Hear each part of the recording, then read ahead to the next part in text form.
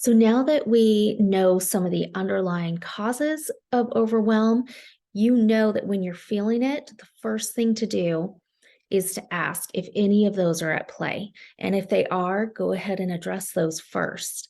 And then in this video, I want to give you 4 other ways that when you're in overwhelm, things you can ask yourself, things that you can do to help bring clarity or lessen. Because the bottom line is, we're all going to deal with overwhelm. Overwhelm doesn't have to be bad. It feels really heavy when there's guilt, when there's shame, when there's um, hopelessness and unable to see other possibilities that is added to it. So these are some things that you can do when you're in overwhelm.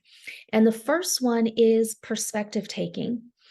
A lot of us well, all of us really, we do life in such a habitual way. We're not even aware of how we do things.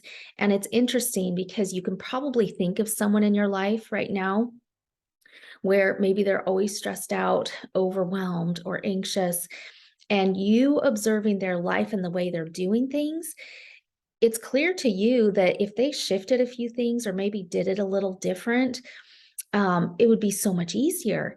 But that's how life is. We're often so close to our problems or our blessings that we don't see things as clearly. So, perspective taking is a muscle that we all need to learn.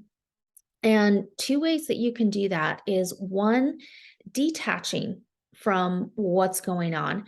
Go outside, go for a walk, clear your head. If you're able to meditate, that's an amazing way to do it, but sometimes that feels impossible when you're feeling rushed or overwhelmed.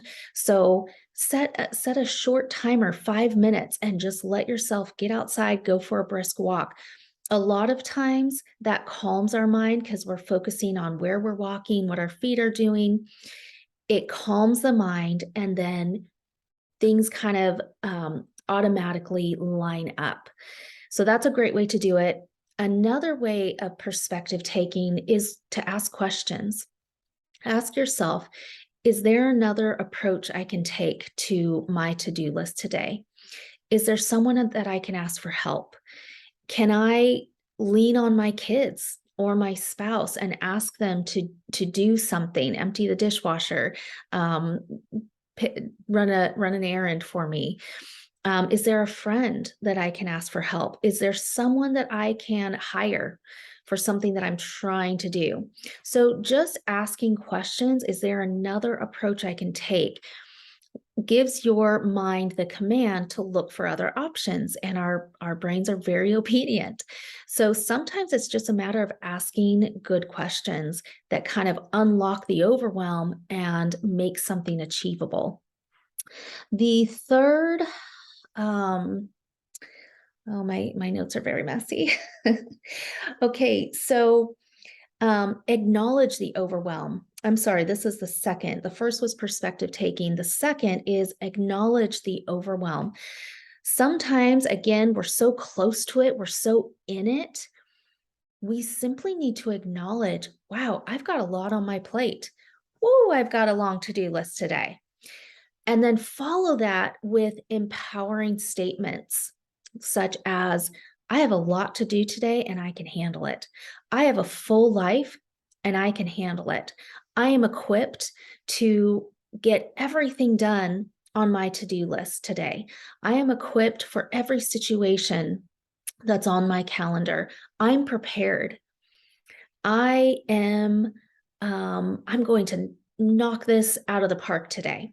So sometimes we use very disempowering language like, my life is crazy. My life is chaos. I don't know how I get everything done.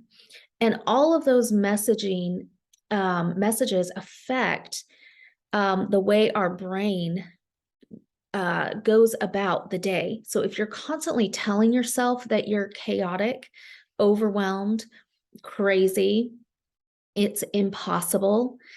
Some people use statements like, I'm banging my head against the wall.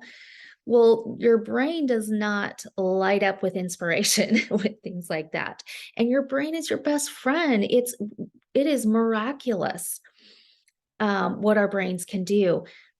But giving it positive messaging, again, because it loves clear direction and it responds to clear direction. So when we say, I've got this, I can handle this, your brain goes into organization mode, empowering mode, problem solving mode. So acknowledge the overwhelm and then follow that with empowering statements and empowering questions. The third approach is gratitude is an amazing antidote to overwhelm. So similar to the second process, how we describe things is how we will experience them. So using gratitude, such as I love my life. I love my full life. I love that I get to drive my kids to school. I love that I get to go to work. I love the work that I do. I love how this day is going to unfold, and I'm going to feel so accomplished at the end of the day. So, working gratitude in from the moment we wake up to the end of the day sets the tone for how we deal with the things in our full lives. It also puts our mind, it elevates our emotions, and our emotions broadcast. So if we are feeling gratitude for our very full list and we're broadcasting that into the world around us, we're going to receive back that frequency of gratitude. So we can be busy, we can be overwhelmed. We can also feel gratitude. The fourth thing is how some of us have been conditioned to just knock out the to-do list, push through, work through that overwhelm. And sometimes we need to just work really hard and knock it all out. But when it builds the overwhelm, when it pushes us into irritation and frustration, the best thing you can do is pause.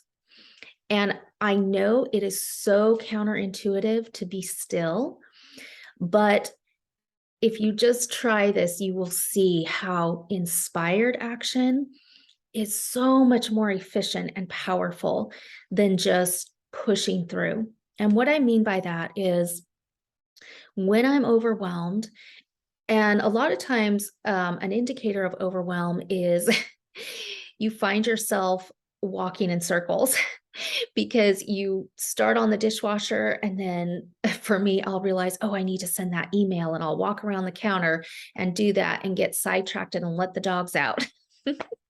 Just a real life moment in a day in my life. So that's a good indicator when you're walking in circles or have a lot of uncompleted tasks. So what I have learned to do is, again, set a timer, because when we know there's a time limit, we can tell ourselves, okay, I can sit down for 5 minutes. You can do this 2 to 5 minutes, put on some white noise or some sort of background music to kind of, again, quiet the mind, and make yourself sit there and just focus on your breath. You're not looking for answers. You're not looking for solutions.